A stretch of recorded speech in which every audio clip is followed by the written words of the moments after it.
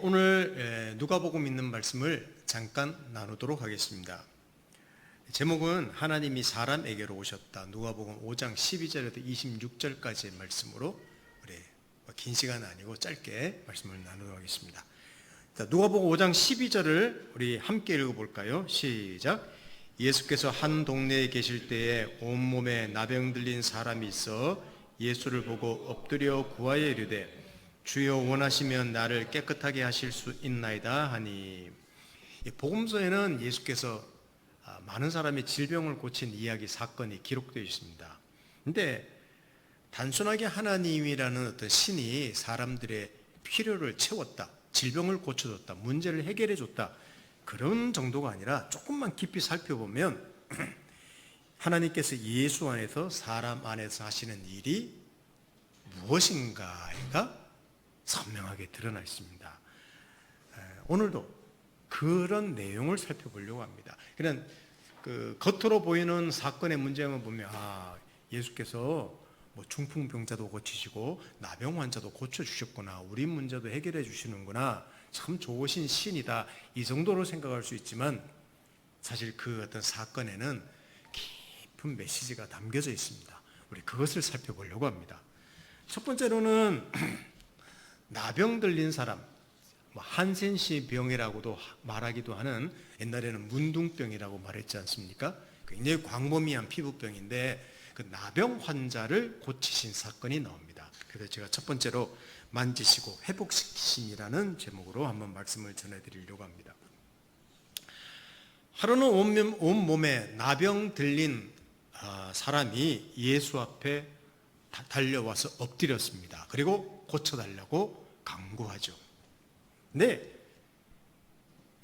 우리가 읽으면 아무 문제가 없는데 그 실제 상황을 생각하면요, 이거는 매우 놀랄만한 일입니다. 왜냐하면 구약에 있는 율법에서는요, 나병 환자는 공동체로부터 격리되어서 사람들과 접촉해서는 안 되기 때문입니다.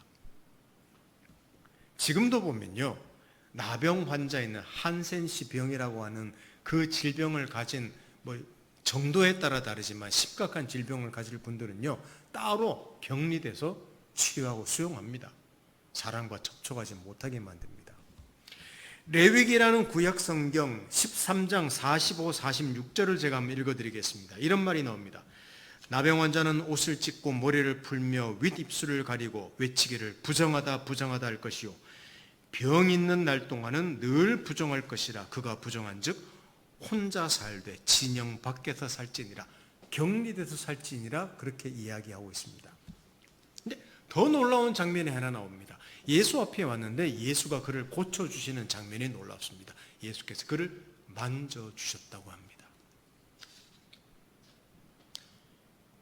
긍휼히 여겨서 만져주셨다는 그런 의미라기보다는 구약 성경에는요, 이 부정하게 된, 더럽게 된, 나쁜 병에 걸린 사람을 만지는 사람도 부정하다고 해서 격리시켰습니다. 철저하게 그 더럽다고 생각되는 것으로 조심하게 구별되게 만든 것이 법인데, 예수께서 그 당시 율법에 금지하고 있는 사항을 예수님이 범했어요. 나병 환자를 만졌습니다. 여기에 중요한 포인트가 있습니다. 13절 보십시오. 예수께서 손을 내밀어 그에게 대시며 이르시되 내가 원하노니 깨끗함을 받으라 하신데 나병이 곧 떠나니라. 그냥 아유 불쌍하구나, 내가 말하노니 하나님께서 너를 치료하신다, 그렇게 하면 끝나는 건데 굳이 사람들이 비판할 것 아시고 만져주셨다는 사실입니다. 여기에 핵심이 있습니다. 나병은 완전하게 치료되었습니다. 자, 오늘 지금 길지 않게 말씀드린다고 하는데 이게 핵심입니다. 예수님이 나병 환자를 만져서 부정하게 됐습니다. 자신이. 그리고 나병 환자를 고쳐주셨습니다. 이게 핵심입니다. 이게 예수님의 어떤 고쳐주시는 장면의 핵심이에요. 또 이것이 하나님께서 자기 아들을 세상에 보내신 이유이기도 합니다. 저는 이 말씀을 묵상하다가 구약 성경에 있는 한 구절을 생각해 보게 되었습니다. 우리 같이 읽어보겠습니다. 이사야라는 성경 53장 5절 6절을 우리 같이 한번 읽어보겠습니다. 시작. 그의 찔림은 우리의 허물 때문이요 그가 상함은 우리의 죄악 때문이라. 그가 징계를 받음으로 우리는 평화를 누리고 그가 채찍에 맞음으로 우리는 나음을 받았도다. 우리는 다 양 같아서 그릇 행하여 각기 제 길로 갔거늘 여호와께서는 우리 모두의 죄악을 그에게 담당시키셨도다. 아멘. 자, 이 구절이 그대로입니다. 사람이 죄 때문에 심판받아야 될 것을 예수님이 대신 인간으로 오셨습니다. 사람들의 죄를 대신 받으셨습니다. 더러워지셨습니다. 범죄자가 되셨습니다. 그리고 그가 죽어주심으로 사람들이 나았다. 이게 이사야 53장에 있는 예언이거든요. 똑같은 이야기 아닙니까? 예수께서 나병 환자를 만지심으로 그가 부정하게 되시고 나병 환자는 깨끗하게 나았더라. 이게 그 나병 환자를 고치시는 사건의 핵심입니다. 여러분, 예수는 단지 기적을 행하는 사람이 아닙니다. 사람들의 필요를 채우는 사람만도 아닙니다. 대부분 종교는요, 여러분 한번 생각해 보십시오. 우리가 알고 있는 종교라고 하는 것들을 다 생각해 보십시오. 그러면 공통적인 게 있습니다. 뭔가 간절히 그 대상을 의뢰합니다. 복을 빌죠. 정성을 다하죠. 심지어는 엄청나게 내 재물까지도 드리죠. 왜냐하면 내가 정성을 들여서 신이 나에게 복을 달라고 구하는 게 대부분 종교입니다.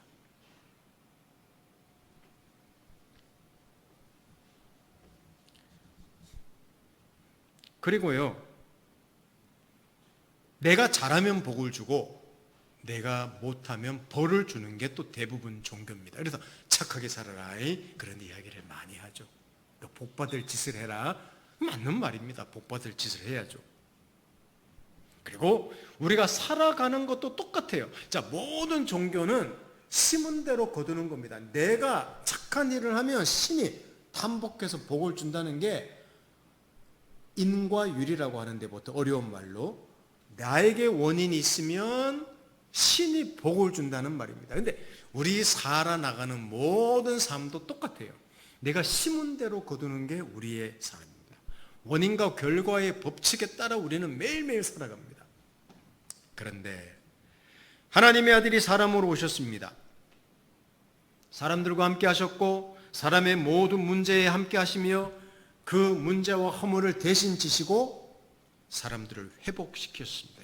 이것은 모든 종교 또 인간의 모든 법칙을 깨트려 버리신 거예요.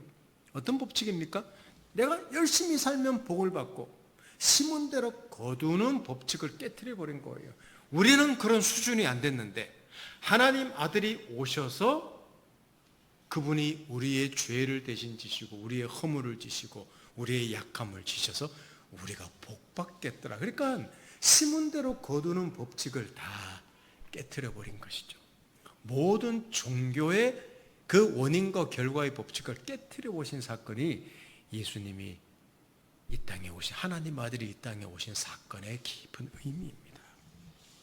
그리고 그 병을 고쳐주신 후 야 이제 집에 가라 잘 살아라 이렇게 말하신 것이 아니라 그 당시 율법대로 제사장에게 가서 보여서 네가 완전히 나은 것을 확인하라. 이것은 그를 공동체로 회복시키는 예수 그리스도의 깊은 어떤 태도였던 것입니다. 이것이 기독교입니다. 하나님이 함께 하시고 통치하시며 그래서 사람을 살리시고 회복하게 하십니다. 여러분, 이게 우리라는 존재입니다. 너희들 나쁘게 살면 안 돼? 복 받을 짓을 해? 그렇게 살아? 여러분, 그렇게 우리를 대하는 것이 아니라 그렇게 살지 못하는 우리를 위하여 하나님 아들이 오셔서 그 약함을 담당하시고 살리시는 그런 존재가 누구냐? 우리라는 것을 그 나병 환자를 고치는 사건을 통해서도 보여주신 거예요. 그냥 한 환자를 질병 들린 사람을 하나님 아들이 고쳐줬구나, 문제 해결해 줬구나, 그게 아니라는 말입니다. 인간이라는 존재를 하나님이 어떻게 보시는가, 그것이 핵심적인 내용입니다. 두 번째 사건을 한번 볼까요? 자, 죄를 사하신다는 말의 축복이라고 제가 제목을 적었는데, 이런 하나님의 일하심이 더욱 선명하게 나타난 곳이 있습니다. 그 다음 사건인데, 자, 18절부터 20절을 한번 보겠습니다. 자, 같이 읽어보겠습니다. 심심하시죠? 18절부터 20절 같이 읽어보겠습니다. 시작. 한 중풍병자를 사람들이 침상에 메고 와서 예수 앞에 들여놓고자 하였으나 무리 때문에 메고 들어갈 길을 얻지 못한지라 지붕에 올라가 기와를 벗기고 병자를 침상째 무리 가운데로 예수 앞에 달아내리니 예수께서 그들의 믿음을 보시고 이르시되 이 사람아 내 죄사함을 받았느니라 하시니 라고 되어 있습니다. 자, 중풍병자 이야기를 잠깐 하겠습니다. 한 중풍병자가 있었습니다. 그를 예수가 동네에 오셨다는 소문을 듣고 혼자 걸을 수 없으니까 좀 심한 중한 병이었던 모양이에요. 친구들인지 친척들인지 모르지만 사람들이 그를 들것에 메고 갔는데 그냥 사람들이 너무 많이 예수 앞 모여 있어서 들어갈 수가 없었습니다. 아이디어를 짜냈죠. 지붕에 올라가서 슬라브를 벗겨내고, 여기 기와라고 성경에 되어 있는데 뭐 드릴 같은 걸로 구멍을 뚫는 건 아닙니다. 그 지붕은 이 슬라브만 벗겨내면 갈 수 있는 바람이 통하는 지붕이었기 때문에 벗겨내고 사람을 줄로 들 것에다가 예수 앞으로 들어내립니다. 참 상상할 수 없는 사건이 일어납니다. 근데 예수님이 중풍병자에게 하신 말씀이 더 놀랍습니다. 아이고, 무슨 병이냐? 예, 중풍병입니다. 그래, 나았으니 빨리 가거라. 그러면 얼마나 좋습니까? 근데 그렇게 하시지 않고 뭐라고 했는가 하면 내 죄사함을 받았느니라 라고 이야기한 거예요. 전혀 생뚱맞은 이야기를 한 겁니다. 아니, 중풍병 걸린 거하고 죄사함 받는 거하고 무슨 상관이 있습니까? 그렇지 않습니까?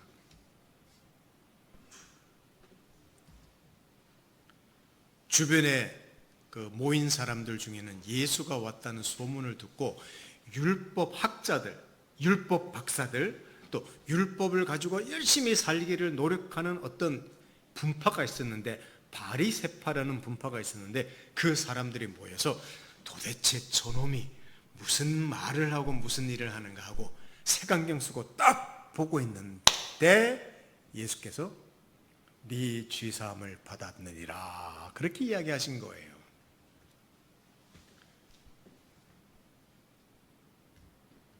누가복음 5장 21절을 제가 읽어드립니다. 서기관과 바리새인들이 생각하여 이르되 이 신성 모독하는 자가 누구냐? 오직 하나님 외에 누가 능히 죄를 사하겠느냐? 이런 표현이 나옵니다. 여러분, 죄를 사하여 주시는 것은 하나님만 하시는 일입니다. 아시겠습니까? 자신이 하나님이라고 말한 겁니다. 그러니까 얘야, 너 병 고쳤으니까 빨리 가거라. 이거는 하나님도 고칠 수 있고 그 당시에 뭐 기적을 행하는 사람들이 많았기 때문에 가능한 일이에요. 근데 예수님은 네 죄사함을 받았다라고 말씀하시면서 신성 모독의 발언을 하신 것입니다. 이게 핵심이에요. 자, 그리고 22절에서 24절을 한번 봅니다. 예수께서 그 생각을 아시고 대답하여 이르시되 너희 마음에 무슨 생각을 하느냐? 내 죄사함을 받았느니라 하는 말과 일어나 걸어가라는 말이 어느 것이 쉽겠느냐? 그러나 인자가 땅에서 죄를 사하는 권세가 있는 줄을 너희로 알게 하리라 하시고 중풍병자에게 말씀하시되 내가 내게 이르노니 일어나 내 침상을 가지고 집으로 가라 하시매 라고 되어 있습니다. 여러분, 물어봅시다. 자, 이게 환자가 있습니다. 자기 힘으로 움직일 수 없는 중풍병자입니다. 자, 예수님이 고치는데 어느 것이 쉬운지 대답해 보십시오. 네 죄사함을 받았느니라는 말과 내 자리를 들고 뻘떡 일어나 집으로 가거라 하는 말, 어느 게 쉽습니까? 상상을 해 보십시오. 우리가 생각하기에는요, 죄사함을 받았느니라는 말이 쉬워요. 왜냐하면 그건 안 보이지 않습니까? 죄 문제 해결하는 거는. 내 자리를 들고 가라라고 하는 것은 사람들 앞에서 진짜 수십 년 동안의 중풍병을 앓은 사람이 뻘떡 일어나서 가야 되기 때문에 그건 어려운 일이에요. 근데 예수님 하신 말은 다른 말입니다. 우리가 생각하는 거하고 달라요. 예수님에게는 병 고치는 건 쉬운 일이었습니다. 하나님이셨기 때문입니다.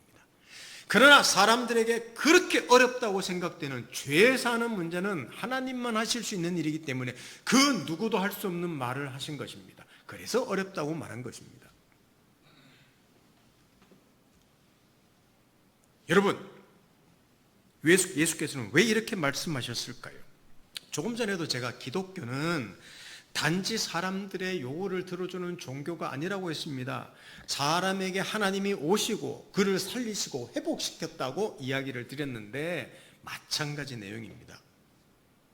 여러분, 만일 기독교도 한 종교 중에 한 분파라면요, 사람들의 어떤 정성을 다해서 빌고 복을 빌면 하나님이 응답해 주시는 신이라면 굳이 하나님의 아들이 사람으로 오실 필요가 없었습니다. 없죠?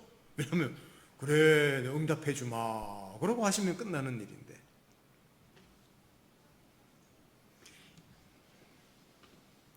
예수께서 그들의 믿음을 보셨다는 말이 있습니다. 우리가 또 오해하죠. 얼마나 큰 믿음이면 저렇게 지붕을 뚫고 내릴까가 아니라, 여기 믿음을 보시고라는 말의 핵심은요, 어떤 것으로도 해결할 길이 없기 때문에, 완전히 파산한 상태였기 때문에 예수 앞에 왔다, 이런 의미입니다. 이게 믿음이라는 말을 쓴 거예요. 그러니까 중풍병자와 친구들이 할 수 있는 일은 아무것도 없었습니다. 그게 믿음으로 예수 앞에 왔다는 의미입니다. 이게 수많은 종교, 거의 모든 종교와 믿음이라는 말의 의미가 다르죠. 기독교에서 말하는 믿음으로라는 말은요, 우리가 할 수 있는 일이 아무것도 없다, 오직 하나님이 하신다, 그런 의미고, 모든 종교에서 믿음으로라는 말은요, 내 정성, 내 열심, 내 의지, 이런 의미가 우리의 어떤 의로움이 포함되는 겁니다. 여러분, 여기서 예수님이 죄를 사하신다는 말의 의미를 잘 이해할 필요가 있습니다. 죄를 사하신다. 그 말은 중풍병의 원인이 죄였다는 의미가 아닙니다. 잘 기억하십시오. 하나님께서 죄를 주도적으로 해결해 주셨다는 의미입니다. 하나님과 사람과의 관계를 회복시키기 위해서 하나님이 사람으로 오셔서 그 문제를 주도적으로 먼저 일방적으로 해결해 주셨다. 그게 예수님의 말에 포함된 거예요. 야, 네 죄사함을 받았느니라 라는 말에 들어있는 의미입니다. 여러분, 여기 죄사한다는 말은요, 그런 의미로 이해할 필요가 있습니다. 질병이 났습니다. 돈을 많이 법니다. 우리의 필요가 채워지는 것 중요합니다. 저도 그걸 원해요. 몸에 질병이 있다든지 필요가 있다든지, 이번에 에어컨 이거 문제 해결 안 된 한 달 동안에 얼마나 신경이 쓰이고 덥고 그랬는지 정말 스트레스 많이 받았습니다. 이거 해결된다고 하니까요, 기분 매우 좋습니다. 그러나 이것이 전부가 아닙니다. 예수는 사람들의 이런 필요를 채우는 분만이 아니기 때문입니다. 사람을 살리고 회복시키고, 이를 위해서 하나님이 직접 사람으로 오셨다. 내가 너희들의 문제를 직접 해결하마. 먹는 문제, 마시는 문제, 질병 문제, 이런 문제를 도와주는 정도가 아니라 내가 너희들과 함께하면서 너희 문제를 내가 주도적으로 해결해 주마 하는 내용이 바로 예수께서 죄 사신다는 내용입니다. 우리 그것을 꼭 기억하십시다. 이거 와서 도대체 저 중풍병자는 무슨 죄를 많이 지었길래 저렇게 예수님이 죄 사한다는 이야기를 했대. 그게 아닙니다. 죄 사한다는 말은요, 하나님이 오셨다는 이야기입니다. 자신이 하나님이란 말의 의미입니다. 그리고 하나님이 오셔서 죄 문제를 해결해 주셨다는 말은 사람과 하나님 사이의 관계를 하나님이 주도적으로 해결해 주셨다는 말입니다. 이게 다른 모든 종교와 기독교의 가장 근본적인 차이이기도 합니다. 하나님께서 찾아오셨습니다. 하나님께서 사람들과 함께 하십니다. 하나님께서 사람들의 모든 문제에 함께 하십니다. 그리고 하나님께서 사람들을 살리십니다. 이게 바로 그 말에 들어있는 하나님이 오셨다는 말의 가장 큰 의미입니다. 여러분, 예수의 십자가 부활도요, 기독교회 다니는 사람들도 그 정도로 생각해요. 예수님이 우리 죄를 대신해서 죽어서 부활하셔서 죄 문제를 해결했다, 우리 천국 가게 됐다. 아유, 맞는 말입니다. 그러나 그 이상입니다. 하나님 편에서 주도적으로 우리 문제를 해결해서 우리 인간성을 회복하고 우리 사람을 위하시고 우리를 영원토록 복받게 하신다는 그런 위대한 메시지가 들어있는, 단지 죄 문제 해결해서 천국 가는 티켓 정도로만 생각해서는 예수님의 오심과 죽으심과 부활하심이 너무 편협된 이야기예요. 하나님 아들이 오셔서 우리 안에 이루시는 하나님의 그 위대한 일을 너무 모르기 때문에 교회 다니는 분들조차요, 너무 생각이 좁아요. 그러니까 신앙이 좋다고 하는 분들 보면요, 굉장히 생각이 좁습니다. 남을 수용할 줄 몰라요. 교회 다니는 사람들이 가장 어떻게 보면 상당히 생각이 좁습니다.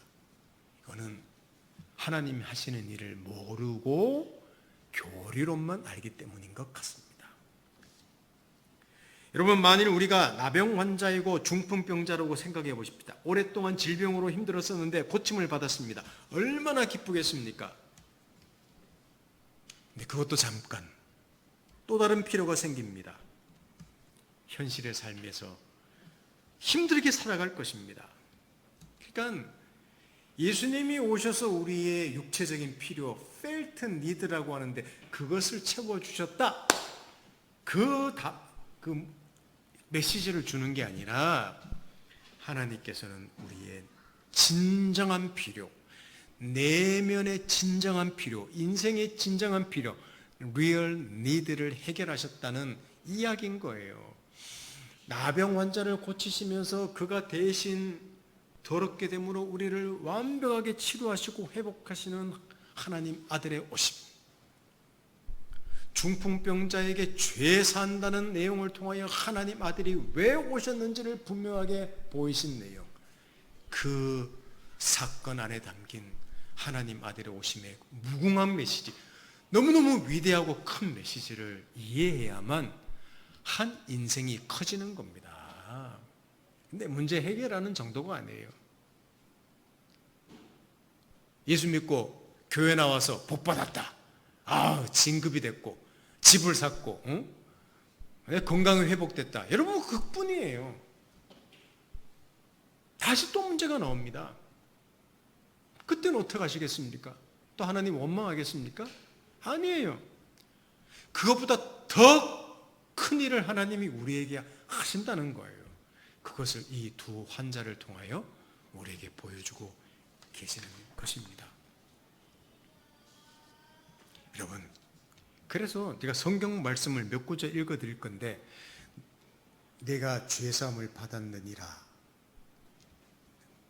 나 하나님이 인간으로 왔다, 그리고 내가 주도적으로 나와 너희의 관계를 회복하며, 그리고 너희 인생의 문제를 함께하면서 내가 해결해 주마,